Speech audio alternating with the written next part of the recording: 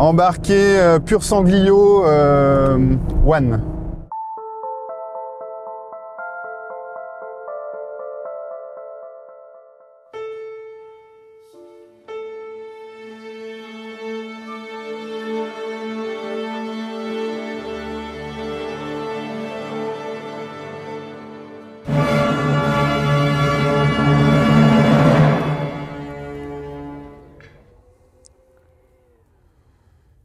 Déni en 3 lettres. S-U-V. Ouais, ça marche. Que Ferrari ait finalement craqué face à la mode du SUV, je dois dire que ça me fait quelque chose. Et pas spécialement du bien. Après, d'après la marque, le Purosangue, c'est pas un SUV. C'est une familiale. 4 portes, 4 places, surélevée. Donc, un SUV. C'est pas moi qui le dis, c'est Michelin. C'est écrit là. Bon, quoi qu'il en soit, c'est pas le genre d'engin que je porte habituellement dans mon cœur. Même si là, dans le cas du Purosangue, j'ai beau y mettre la meilleure volonté du monde, j'arrive pas à le détester. Et la première raison pour laquelle j'arrive pas à ne pas aimer cette voiture, musique maestro.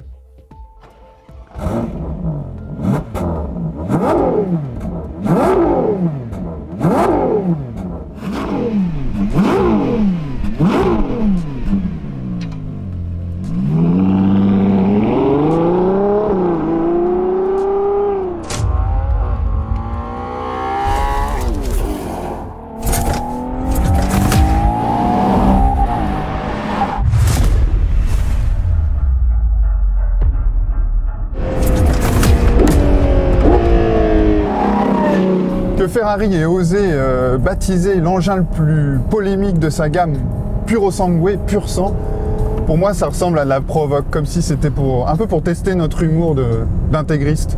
Mais n'empêche, il n'y a pas à tortiller, c'est quand même vraiment une Ferrari pur jus. Bah déjà, l'ergonomie, c'est quand même un mini désastre, comme sur toutes les Ferrari modernes, on retrouve ce volant avec les touches capacitives, là, c'est à ne rien y comprendre. Depuis hier, je roule avec la voiture. Il y a un virage sur 2, j'active la commande vocale. Et ça, évidemment, c'est sans parler des commandes de clignotants qui sont sur les branches du volant. Ça, c'est un vieux truc de Ferrari, mais je veux dire, ça s'améliore pas avec le temps. Sinon, l'environnement aussi est très Ferrari, mais pour le meilleur. Je me sens un peu comme assis dans une 812, finalement. Avec le volant très près de moi, voilà, je suis assis très bas, la ceinture de caisse très haute, et puis une vue vers l'avant avec ce long capot qui plonge.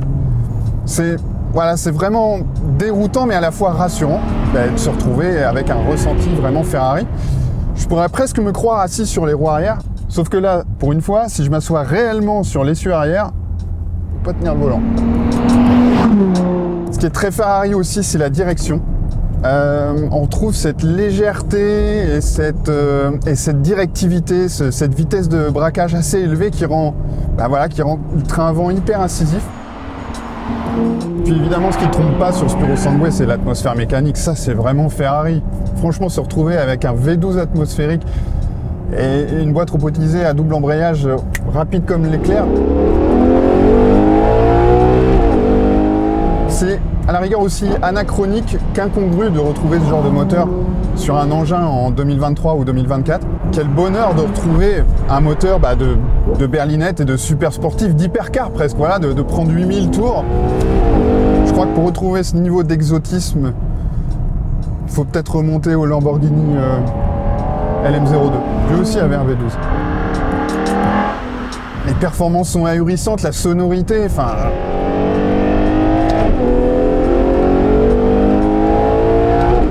À aucun moment vous avez l'impression de rouler en SUV, et c'est ce qui aussi participe, je dirais, au sentiment de noblesse du Purosangue. Surtout par rapport à ses congénères. Prenez par exemple les plus sportifs de tous, un Cayenne, un Urus, à la base c'est une plateforme de Touareg. C'est des plateformes techniques de camionnettes, alors de camionnettes de luxe, mais de camionnettes quand même. Si, il y a bien l'Aston Martin DBX qui possède effectivement sa propre structure, mais il partage quand même pas mal d'éléments mécaniques avec un certain Mercedes GLE. Là, c'est une base, quoi qu'il arrive, de Ferrari. Et ben ça se retrouve aussi dans la sophistication de la voiture, la transmission. Donc c'est le même système que sur la GTC 4 Tucson, avec l'absence d'arbre de transmission en fait entre les deux essieux. C'est juste qu'il y a une deuxième boîte de vitesse en prise avec le moteur sur le train avant pour entraîner le train avant jusqu'à 190 km/h à peu près. Il y a les roues arrière directrices comme sur la 812 Competition qui est quand même une hypercar quasiment avec un braquage indépendant des roues arrière directrices, c'est-à-dire que la roue intérieure a tendance à moins braquer que la roue extérieure, ce qui est assez fou mais super bien maîtrisé. Et je vous parle même pas de la suspension.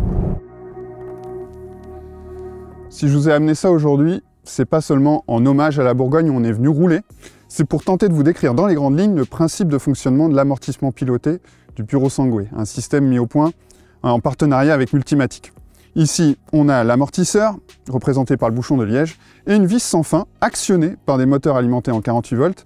Ces moteurs en 48 volts sont suffisamment puissants et rapides pour compenser en continu et en temps réel les mouvements de la roue et de la caisse.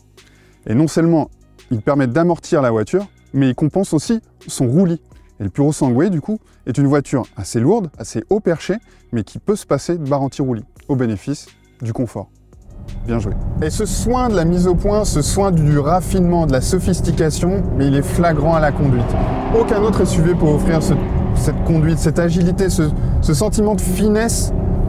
Quand vous arrivez à la limite de l'engin, c'est vraiment parlant à partir du moment où on passe en mode sport avec le Manettino ici, parce que on se retrouve à moins braquer avec le volant que finalement avec le pied droit, comme avec une 812, comme avec limite une 296, une Roma. La voiture est tellement incisive, précise, bien équilibrée que c'est plutôt les gaz qui commandent la trajectoire. C'est une voiture mobile, agile, simplement lever le pied, ça suffit à resserrer la trajectoire, à décaler légèrement l'arrière pour faire rentrer l'avant. Voilà, c'est dingue, c'est assez fou. Et rétrogradage, mais c'est le coup de gaz, c'est dingue. Et voilà. Cet envolé là, les diodes qui s'allument sur le volant, enfin. À aucun moment j'ai l'impression de me retrouver avec cette espèce de mastodonte de largement plus de 2 tonnes, largement plus de 2 mètres de large, 5 mètres de long. C'est incroyable. Franchement, je suis sur le cul.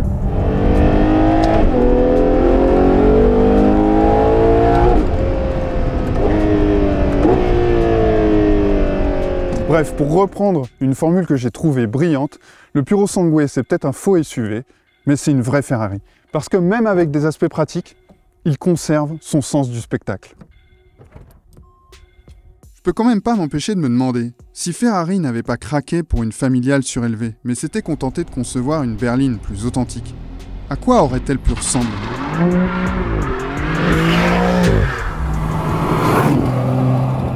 À peu de choses près, une berline Ferrari, je pense que ça aurait donné ça. Encore un délire du stagiaire d'Automoto? Ouais, mais non. Non, franchement, je suis sérieux. Je pense qu'une Giulia Quadrifoglio, ça transpire la Ferrari. Et par plein de petits détails. Ce petit bouton sur le volant pour démarrer. Le bouton de démarrage sur le volant, c'est un truc qui est apparu sur les... Je sais pas, ça existait déjà sur la F430, puis sur la 458. Enfin, pour moi, c'est un détail très Ferrari. Les palettes de la transmission, immenses, taillées dans la masse, solidaires de la colonne de direction. Ça, pour moi, c'est très fait aussi. Ce petit bouton-là qui permet de régler indépendamment la suspension pilote et de revenir à un mode plus souple, quel que soit le mode de gestion moteur. Ça, c'est très Ferrari aussi. Ça me rappelle le mode Brute Bosley des voitures de Maranello. Et puis, il y a aussi cette direction. Ce même feeling un peu très léger, très directif. Voilà. Avec une vitesse de braquage hyper rapide, un train avant qui change de cap à la vitesse de l'éclair. Pour moi, ouais, c'est très Ferrari tout ça. Et alors là, je vous parle même pas du moteur. Moteur Ferrari, paraît-il, sur une Giulia Quadrifoglio.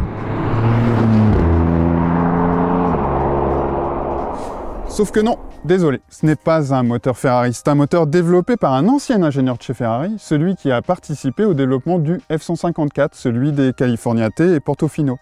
Gianluca Pivetti a donc pris un V8 3,9 litre, lui a retiré une paire de cylindres et en a fait un 6 cylindres, avec les mêmes cotes internes effectivement que le V8 Ferrari, alésage, course, anthrax, et la même ouverture de bande cylindre. Ce qui lui donne d'ailleurs cette sonorité un peu particulière, parce que ce 6 cylindres calé à 90 degrés, a un allumage irrégulier.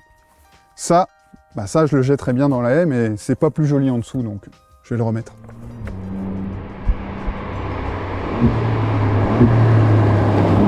Mais au-delà de tous ces détails mécaniques, voire ergonomiques, c'est le ressenti pour moi qui fait assez Ferrari. Je pense que Enzo ne serait pas retourné dans sa tombe s'ils avaient fait une voiture comme celle-ci, parce que il y a cette espèce de bonne humeur vraiment communicative de cette voiture par le moteur. Alors oui, il a une sonorité un peu bizarre, un peu ronflante, un peu bourdonnante, mais il a aussi un côté volubile, avec cette transmission toujours aussi tranchante, avec des passages de rapport rapides, mais voilà, accompagné d'un petit claquement sonore dans les échappements. Ça donne vraiment du relief à la mécanique, malgré l'emploi d'une boîte automatique. Et puis c'est une voiture qui dégage cette finesse aussi de comportement, d'équilibre, avec donc ce train avant hyper incisif. Beaucoup de trains avant d'ailleurs, une voiture qui peut rentrer vite dans les virages, et grâce à son équilibre qui inspire confiance, et plus confiance d'ailleurs qu'avant, je pense, depuis le restylage, parce qu'elle a gagné 10 chevaux, mais elle a aussi gagné le différentiel arrière mécanique de la GTA et de la GTA M. Et je trouve que ça donne au train arrière un côté plus progressif, en tout cas avec un comportement plus constant au gré des virages. Vous avez à peu près toujours les mêmes réactions, donc elles peuvent être vives, mais au moins c'est toujours les mêmes, contrairement à avant. Et ça donne un peu plus envie de jouer avec le mode race, d'avoir un maximum de bruit moteur, d'avoir la boîte la plus rapide possible, d'avoir le maximum du moteur, ouais. Pareil, cette suspension qui inspire toujours autant de légèreté. C'est pas une voiture dans les faits qui est super légère, mais sa façon d'être amortie, d'autoriser pas mal de mouvements, mais de jamais perdre les pédales, parce que justement ces mouvements lui permettent d'absorber les bosses sans se retrouver quand même à la rue. Voilà, je pense que ça n'aurait pas été indigne de mettre un cheval cabré sur les ailes de cette voiture. Parmi les berlines les plus attachantes qui soient, rivales allemandes incluses, la Giulia Quadrifoglio n'a qu'un défaut. Elle n'existe pas en version touring. En break. Si je devais choisir entre ces deux voitures, alors qu'évidemment je peux m'en offrir aucune, ce serait plutôt l'Alfa. Mais pour reprendre un excellent dicton de nos amis de POA, la Giulia, c'est la voiture que tout le monde adore, mais que personne n'achète. C'est vrai, d'un point de vue commercial, cette voiture, c'est un échec. Alors on peut toujours reprocher à Ferrari qu'ils aient fait un SUV, ouh c'est horrible, mais quand un constructeur propose une super berline, personne ne leur achète. Et pendant ce temps-là, tous les Purosangue V12 sont vendus. Mais là, c'est grandement mérité.